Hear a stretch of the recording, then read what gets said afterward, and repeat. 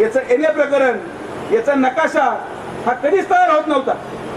असं काय झालं की शेजारचा माणूस महसूल मंत्री झाल्या लगेच नकाशा तयार झाला? असं काय झालं की शेजारचा माणूस तुमच्या गावामध्ये तुमचे नेते आणतात? त्या माणसांचा उद्देश उद्योजकांना सांभाळायचं होतं, गरिबांचं नाही. आपली सत्ता आली, पहिलं त्या प्रपोजलला आपण स्टे दिला आणि सोमय्याला सांगितलं, जर माझ्या प्रत्येक गरीबाला घर नाही दिलं, जमीन नाही दिली तर तुझं प्रकरण खड्ड्यात जाईल, हे काय मंजूर होणार नाही, अशा शब्द त्याला दिला आणि म्हणून झालं.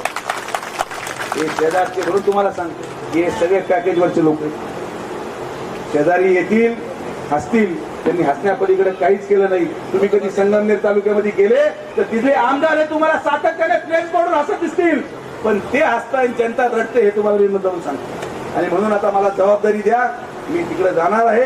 तुमच्या आशीर्वादाने झालो तर आमदारही होईल काय सांगता येत नाही. भविष्य कालावधीमध्ये शक्यतो दिसते